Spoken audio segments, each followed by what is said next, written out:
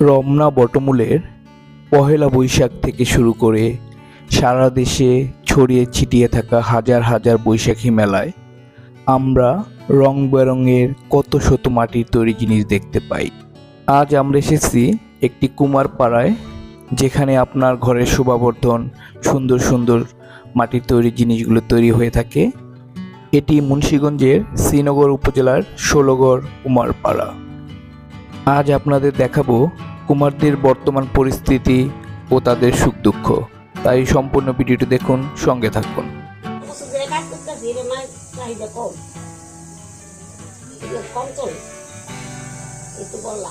মালের খরচ কেমন?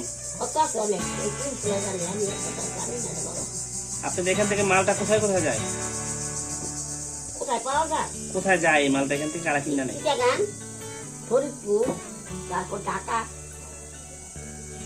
এই মালটা কিসের জন্য দেরি করতেছেন? কোন উপলক্ষে?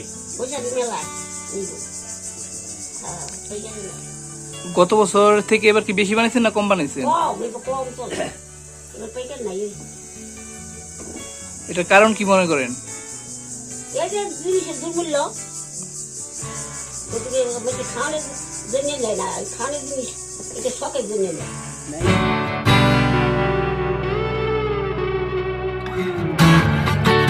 কাঁচামালের দাম বৃদ্ধি ও প্লাস্টিকের কারণে হারিয়ে যেতে বসেছে আমাদের এই প্রাচীন শিল্পটি।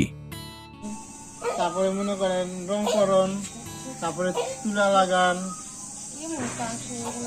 কত বছর ধরে এই কাজ করেন? এই বই তো অনেক বছর, 50 বছর। এবছর মাল এত কম তৈরি করছেন কেন? মাল চলে না। এটা খরচ কত পড়ে? কিন্তু এটি খরচ 20 টাকার মতন পড়ে। বিক্রি করেন কত টাকা? 30 টাকা। সরকার আপনাদের কোনো সহযোগিতা করে না, আমার সাহায্য যদি দিত তাহলে ব্যবসা বাণিজ্য করতে ভালো হতো।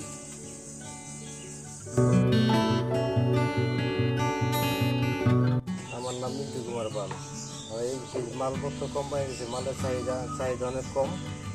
মালপত্র আগের মতন চলে না, যে মালপত্র একটু কম তৈরি করতে আসে, আর এই মালের জিনিসের দামপত্র অনেক বেড়ে গেছে।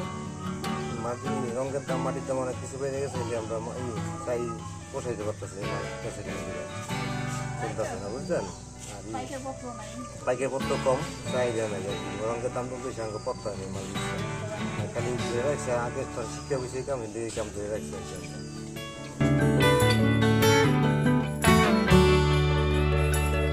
ষোলঘর কুমারপাড়ায় এখনও প্রায় 25-30টি পরিবার পূর্বপুরুষদের এই শিল্প ধরে রেখেছে, কিন্তু মাটির তৈরি জিনিসের চাহিদা কম থাকায় অনেকে এই পেশা ছেড়ে দিচ্ছে।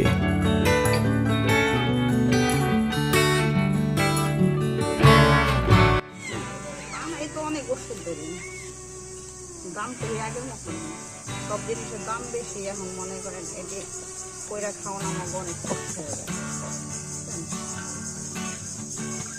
অনেক কষ্ট হয়ে যায়। তারপরে মনে করেন পাইকার পত্র নাই, আগের মতো জিনিসের চাহিদা নেই। এখন আমাকে চলতে ফিরতে অনেক কষ্ট মনে করেন।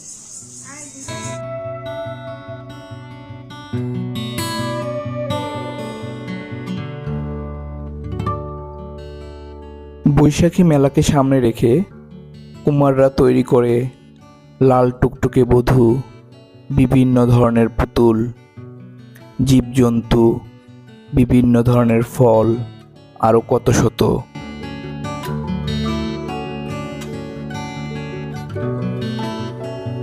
প্রথমে কাঁচা মাটি দিয়ে আকৃতি তৈরি, তারপর সেগুলো রোদে শুকানো, তারপর বড় বড় চুল্লিতে পুড়িয়ে আবার সেগুলোতে রং দেয়া।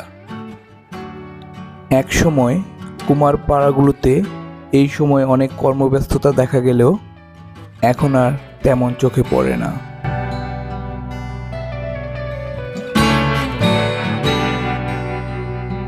তবে কিছুটা ভালো আছেন যারা পূজার জন্য মূর্তি তৈরি করেন। কথা হলো তেমন একজনের সাথে। পয়লা বৈশাখের জন্য গণেশ তৈরি করতেছি। ভালো চাহিদা আছে, মোটামুটি চাহিদা আছে, খরচ বেশি, সেরকম ব্যবসা বাণিজ্য খুব একটা সুবিধা নেই।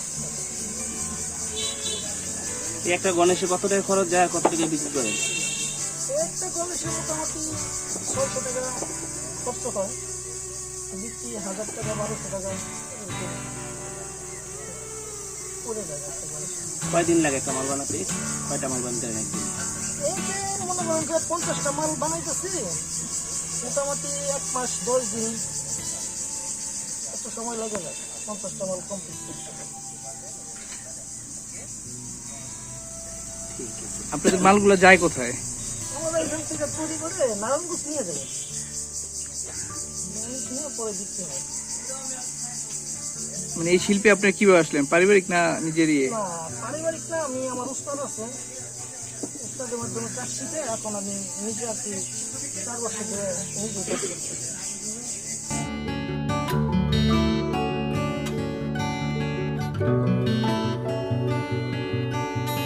ভিডিওটি ভালো লাগলে লাইক, কমেন্ট এবং শেয়ার করুন, যাতে অন্যরা আমাদের হারিয়ে যাওয়া শিল্পটিকে দেখতে পারে। আর আমার আইডিটিকে ফলো এবং চ্যানেলটিকে সাবস্ক্রাইব করে সঙ্গে থাকুন। নাম চয়ন পাল, এগুলো আমি গণেশ তৈরি করতেছি হালখাতার জন্য বৈশাখ। এগুলো আমরা নারায়ণগঞ্জে নিয়ে যাবো, ব্যবসায়ীরা নিবি। একটা পুরানো কাস্টমার আছে, এরা নিয়ে ব্যবসার স্থানে এটা স্থাপনা করে। কাজের হাজিরা 1200, খরচ হয়ে যায় 2000 1800। আমরা সরকারি কোনো টেন্ডারে কাজ করি।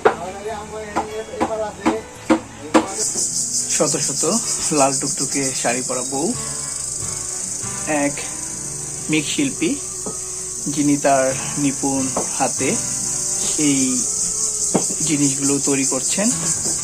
শখের পুতুল এবং আরো অন্যান্য বিভিন্ন ধরনের শখের জিনিস।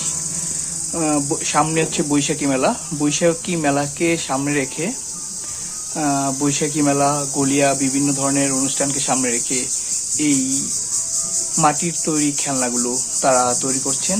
যদিও বর্তমানে প্লাস্টিকের যুগে এসে এগুলোর প্রায় চাহিদা একদমই অনেকটাই কমে গেছে, তারপরেও তারা তাদের প্রত্যেকেই ব্যবসাটাকে, এই কাজটাকে, শিল্পটাকে বাঁচিয়ে রাখার জন্য এখনো কিছু কিছু জিনিস তৈরি করে থাকেন।